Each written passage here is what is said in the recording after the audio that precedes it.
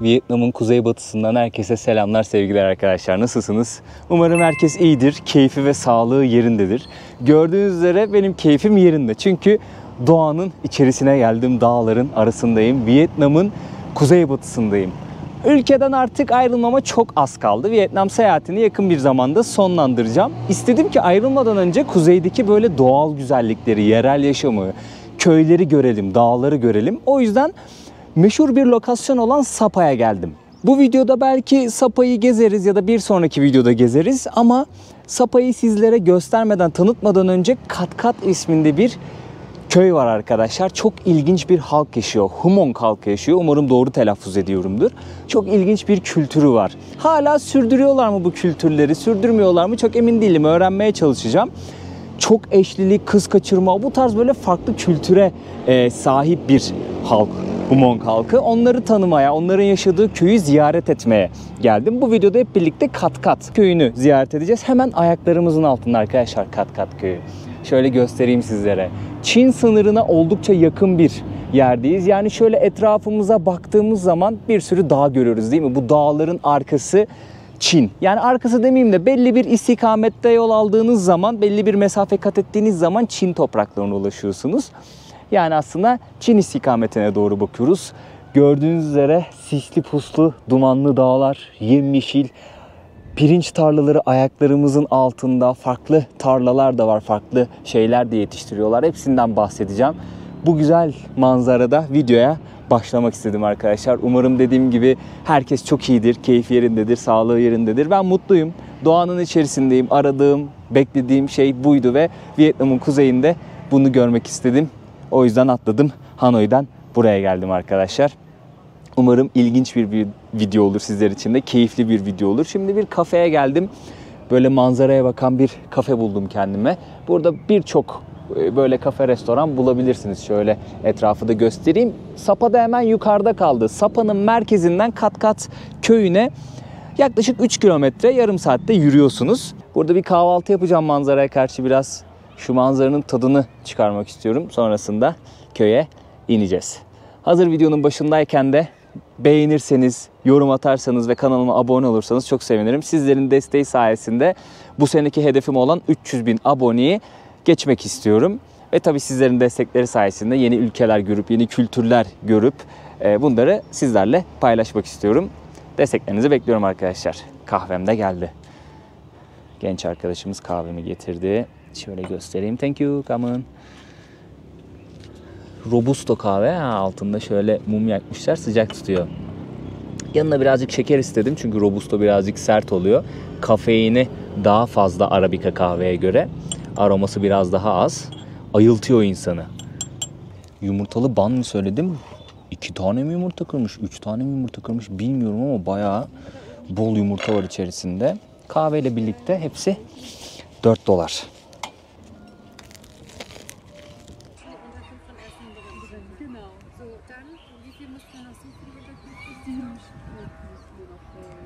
Hello, xin chào. One ticket please. Thank you, come on.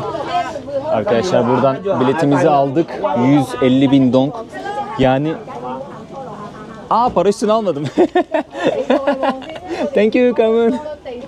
Para üstünü almadan gidiyoruz ya. 150.000 dong, o da ne kadar yapıyor? $6 yapıyor arkadaşlar. Şuradan biletimizi aldık şimdi. Şöyle göstereyim. Giriş nerede? Köyün girişi hemen burası. Kat Kat Village. Buradan aşağı doğru yürüyeceğiz. Köye ulaşacağız.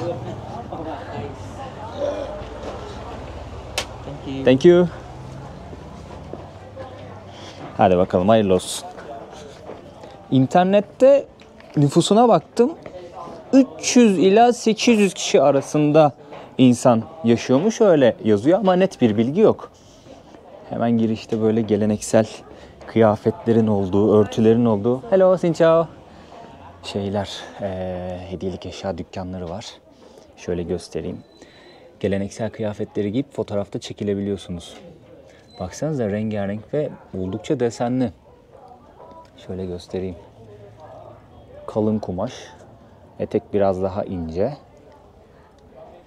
Guatemala'daki kadınların kıyafetlerine benziyor bir tık. Yani desen olarak en azından.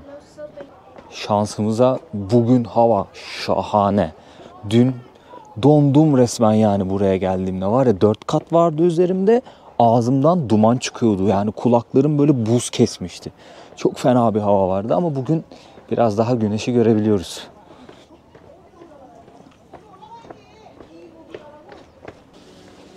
Köye inene kadar sanırım böyle sağlı sollu hediyelik eşya dükkanları devam ediyor. Hello, thank you.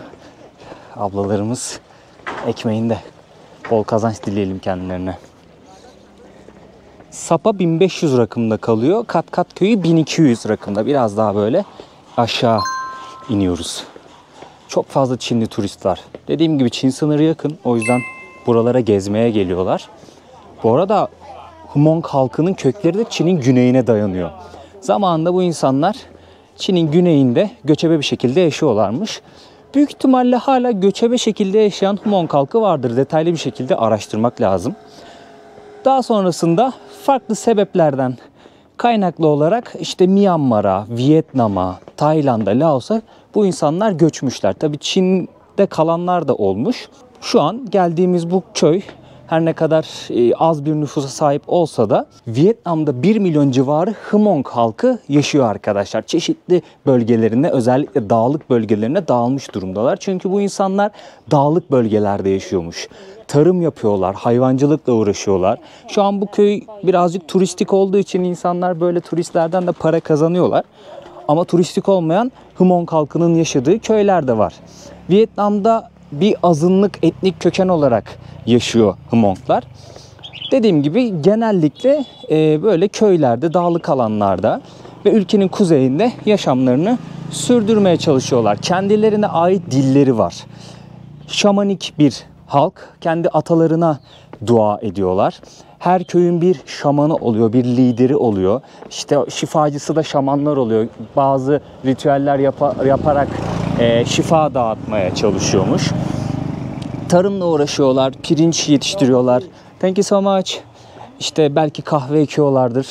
Ondan sonra işte farklı sebzeler ekiyorlardır, meyveler ekiyorlardır. Tarımla uğraşıyorlar. Hayvancılıkla da az da olsa uğraşıyorlarmış arkadaşlar. Belli başlı köylerde böyle turistiktir diye düşünüyorum. Bir şekilde hayatlarını idame ettiriyorlar. Baksanıza ufaklığa. Yanaklara bak maşallah. Sümükleri de akmış. Burada yazdığına göre Hmong halkının geleneksel bir evinin önündeyiz. Ahşaptan evlerde yaşadığı yazıyordu internette. Sanırım böyle bu tarzda evler inşa ediyorlar ve böyle yerlerde yaşıyorlar. Geleneksel evleri bu şekilde. Çok fazla böyle kilimdir, yastık kılıfıdır, çantadır, kıyafettir, dokuma olarak görebiliyorsunuz. Bunun sebebi de Hmong halkı dokumacılıkla da uğraşıyor. Şöyle göstereyim sizlere. Çok güzel şeyler var ya. Yazılışı bu şekilde Hmong'un. Şöyle görünüyordur diye düşünüyorum.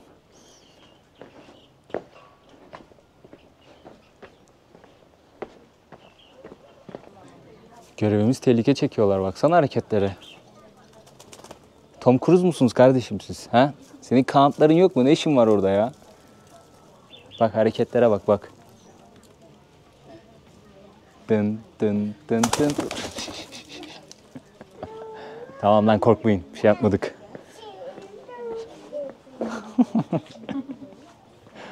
Tipe bak ya. Ne yapıyorsun? Bana niye taş atıyorsun? At.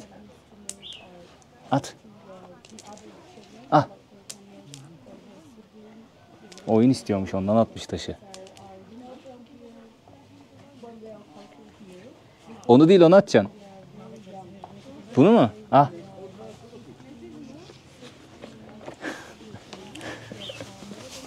Tamam, al bunu. Tut. Hadi. Tokalaşalım, gel.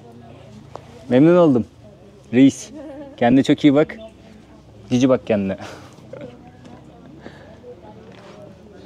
Evlerin hepsinde geleneksel ev yazıyor. Bak, Hmong Traditional House. Bu güzelmiş ama.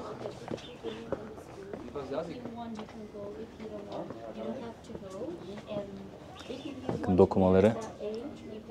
Her yerde görebiliyoruz. Burada da görebiliyoruz. Bazı turistler şey yapıyorlar, böyle rehber eşliğinde geliyorlar.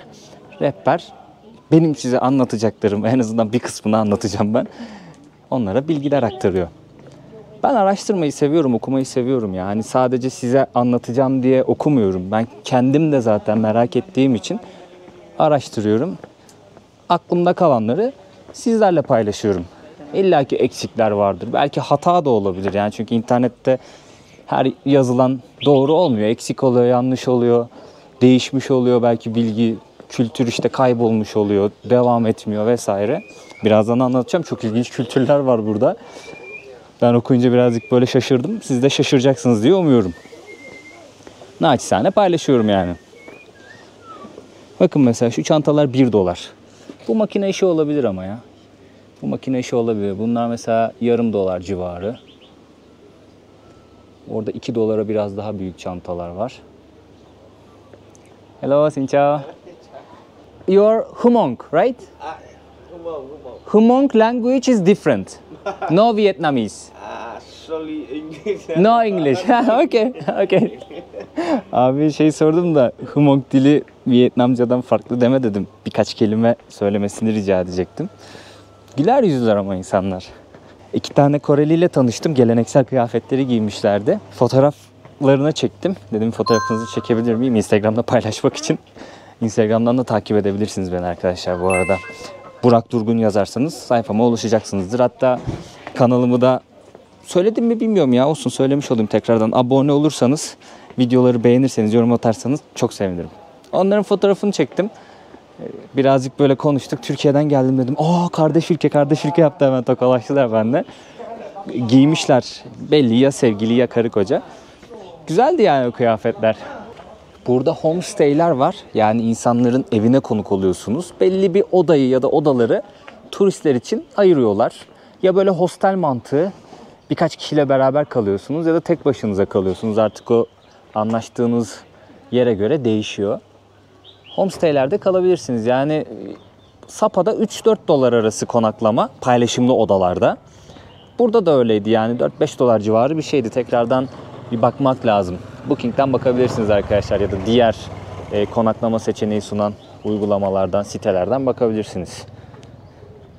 Ne ekmişler buraya? Çok çözemedim. Şu ortadaki mısır diyeceğim ama çok anlayamadım açıkçası. Bakın burada çeşitli teraslar diyeceğim. Hatırlıyorsunuz Peru'da gezerken İnkaların o meşhur terasları vardı. Oralarda ekip biçiyorlardı, tarım yapıyorlardı. Onlara benziyor.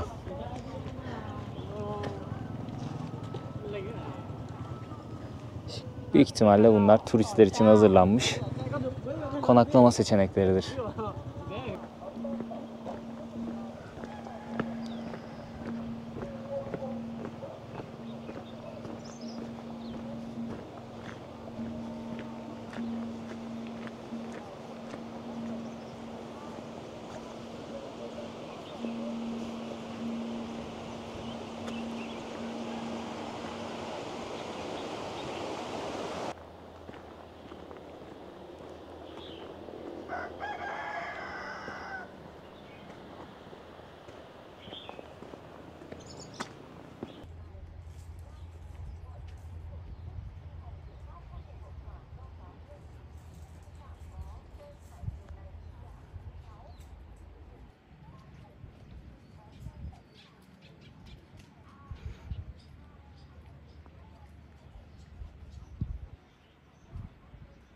Kulübede bir tane görevli arkadaş var. Burası köyün sonuymuş. Buradan 5 kilometre yürürsen farklı bir köye bağlanıyormuşsun.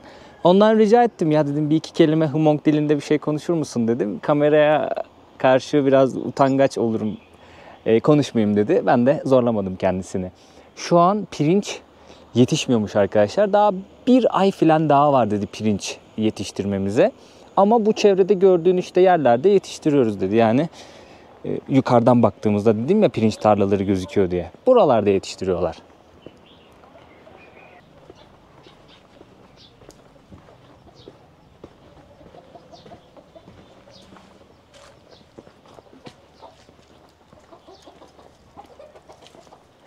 Burası çıkmaz sokak.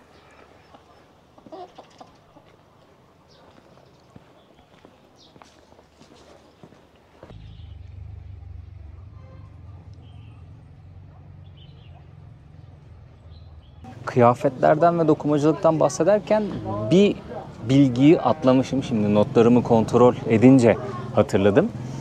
Hmonglar kendi aralarında ayrılıyorlarmış arkadaşlar.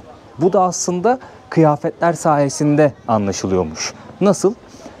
Giydiği kıyafetlere göre işte siyah Hmong olduğunu anlıyorlar, mavi Hmong, beyaz Hmong ya da çiçek Hmong olduğunu anlıyorlarmış. Sanırım daha farklı adlandırdıkları Hmonglar da var. Bunları da büyük ihtimalle hani bizde yöre kültürlerimiz, konuştuğumuz ağız değişiyor ya, böyle olduğunu tahmin ediyorum. Böyle bir ayrım varmış yani, onu da anlatmış olayım, bahsetmiş olayım. Do you need picture? I can take your picture. You're welcome. You're welcome. Okay. 1, 2, 3. 1, 2, 3. Yeah. Okay. Thank you. Where are you from? Where are you from? Where are you from? Taiwan. Taiwan. Ah, I go Taiwan soon. Yeah. 5 days later, I go Taipei. Yeah. Yeah. Thank you. Thank you. Bye bye. Thank you. Bye bye. Thank you. Şimdi şelaleye doğru gidelim. Buradan ufak bir spoiler olsun bir sonraki ülke. İzleyenler nereye gideceğimi biliyorlar.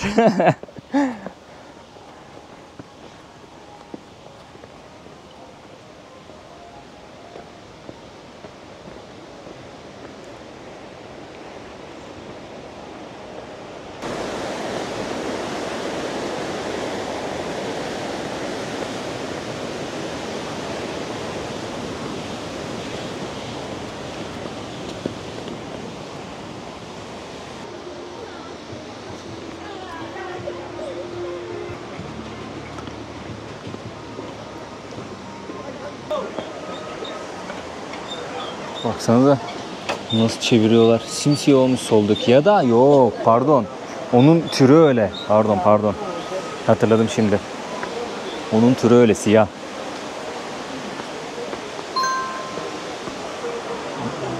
Ablamız burada kıyafeti giymiş. Makyajını yapıyor şimdi. Hatıra fotoğrafı çekilecek burada.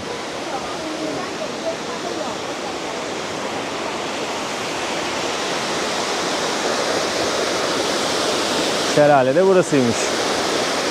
Ben biraz daha büyük bir şelaledir diye düşündüm de şuradaki daha güzel.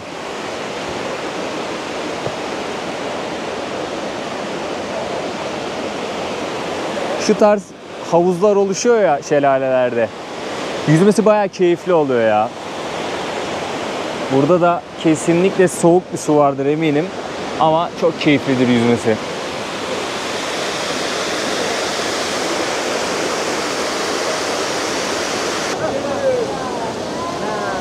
Kalabalık toplanmış, fotoğraf çekiliyorlar burada. Değişik bir kıyafet ha. Hello. Değişik bir kıyafet ya. Şapkaları çok ilginç.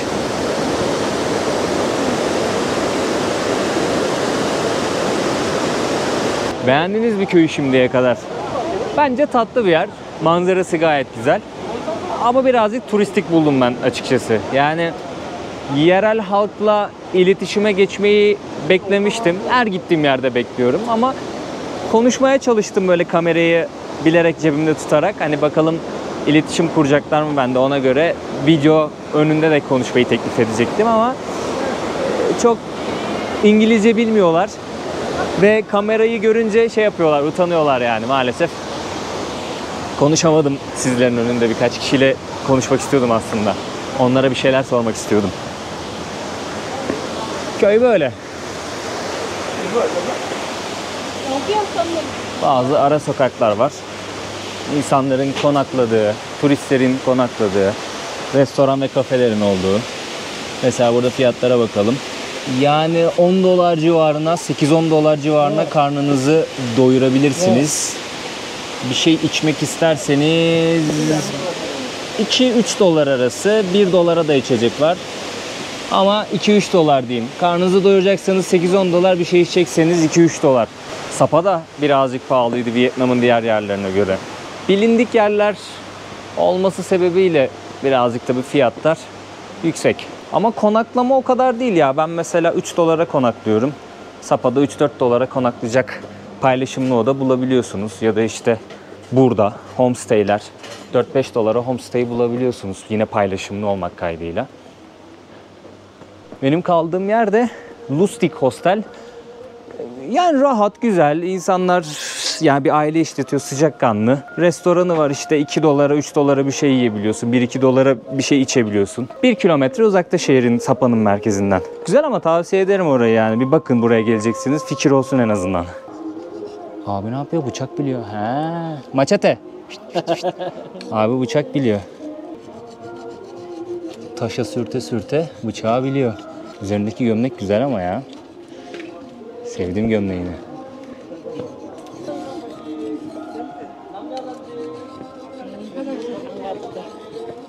What is your name?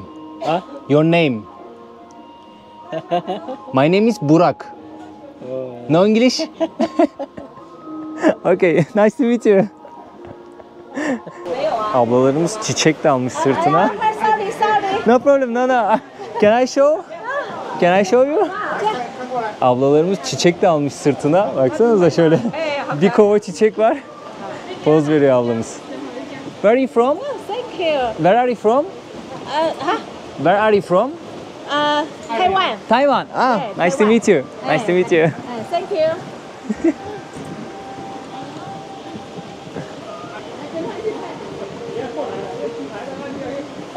Çok güzel ya. Almışlar sırtlarına çiçekleri. Fotoğraf çekiliyorlar. Turizme dönünce işte böyle oluyor. Yöre halkı da bundan para kazanıyor arkadaşlar. Geleneksel tipte evler inşa etmişler bu kısma. Bayağı bir turistikmiş burası ya. Tahmin ettiğimden daha da turistik bir yer çıktı. Gelen herkes böyle kıyafetleri giymiş, fotoğraf çekiliyor. Bir de sırtlarına çiçek falan almışlar. Çok tatlılar ya ablalar. Burada da teyzelerimiz örgü örüyorlar.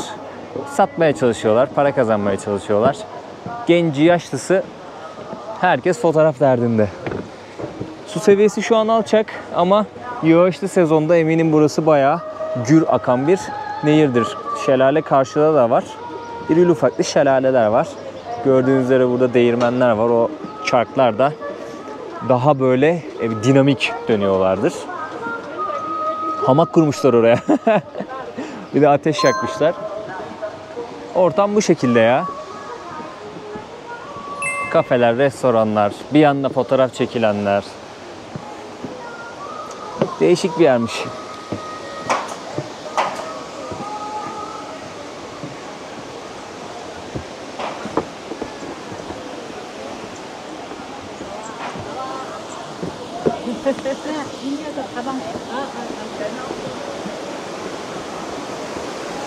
Teyzenin yüzü bembeyaz yalnız ya. Nasıl bir krem sürdüyse.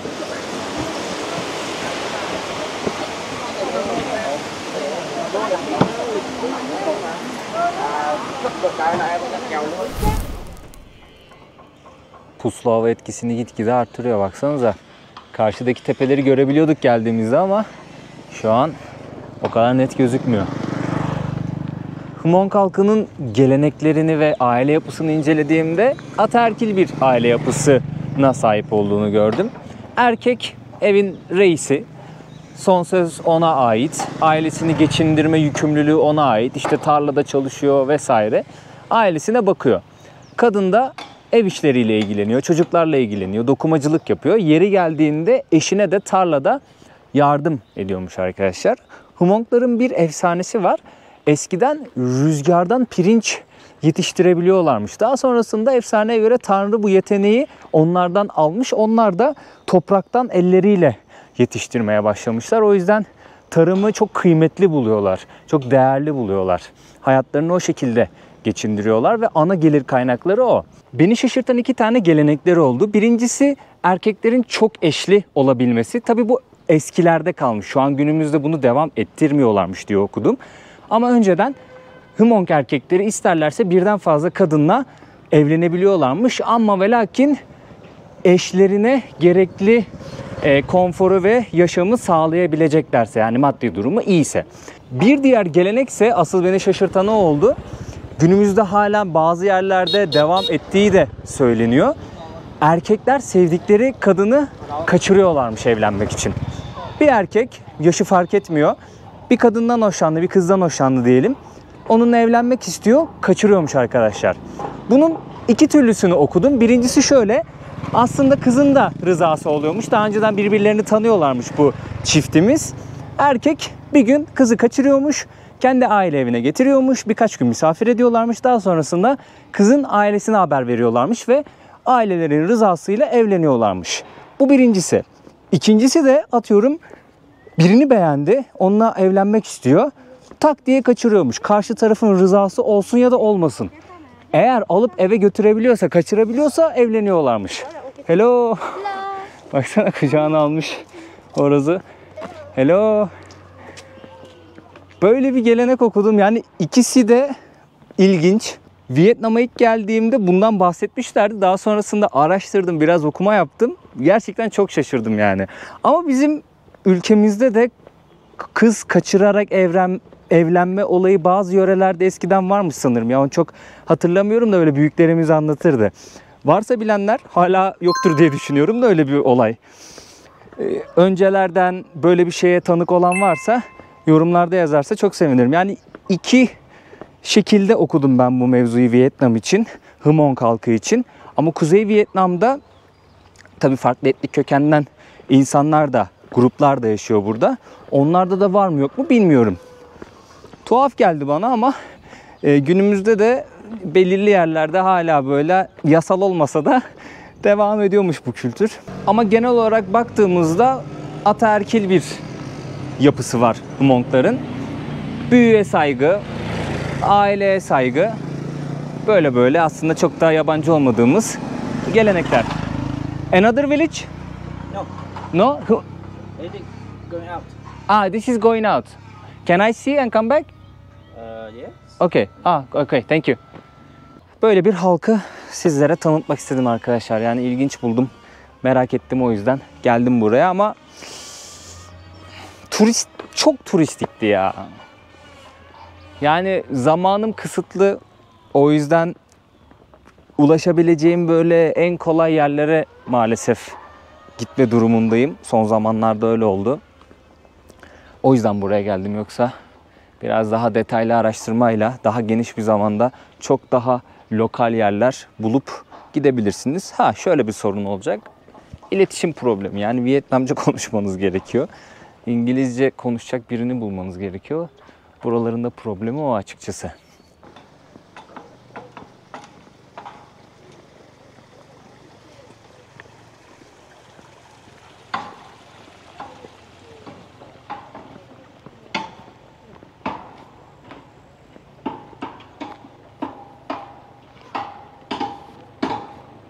Videoya bu güzel manzarada başlamıştık. Yine aynı manzarada bitirelim arkadaşlar. Sapa'yı da bir sonraki video gezelim. Yani Kat Kat köyünün özelinde ve Hmong halkının özelinde bir video yapmak istemiştim. Öyle olarak kalsın. Onların kültürlerini, geleneklerini, yaşadıkları yeri göstermek istemiştim. Böyle bir video olsun. Sapa'yı bir sonraki video hep beraber gezelim. Şu karşı tarafta da tek tük böyle evler görüyorum. Yekpare bir köy gibi durmuyor ama dağınık bir yerleşim alanı gibi duruyor. Buradan aşağıdaki evleri, tarlaları, dağları, tepeleri görüyoruz. Hemen şurada da nehri görüyorum ben ama kamerada çok gözüküyor mu bilmiyorum. Çünkü iyice pus çökmeye başladı yani. Bir süre sonra büyük ihtimalle bu manzarayı bile göremeyebiliriz. Çok güzel bir coğrafya ya. Gerçekten hayran olmamak mümkün değil. Ben çok sevdim açıkçası. Bilmiyorum siz sevdiniz mi şu güzel manzarayı? Eğer sevdiyseniz bakalım videoyu buraya kadar kaç kişi izlemiş çok merak ediyorum. Bunu Kolombiya'da bir kere yapmıştım. Vallahi sağ olsun birçok kişi de yorum atmıştı. Burayı sevdim, sevmedim gibi. Bu manzarayı sevdim, sevmedim. işte dağları sevdim sevmedim, köyü sevdim sevmedim gibi yorum atarsanız bakalım kimler buraya kadar videoyu izlemişler. Hem de bir etkileşim olur. Böylelikle video algoritmaya düşer ve bu güzel halkı, bu güzel coğrafyayı yeni kişilere de ulaştırmış oluruz. Yorumlarınızı bekliyorum, beğenilerinizi bekliyorum.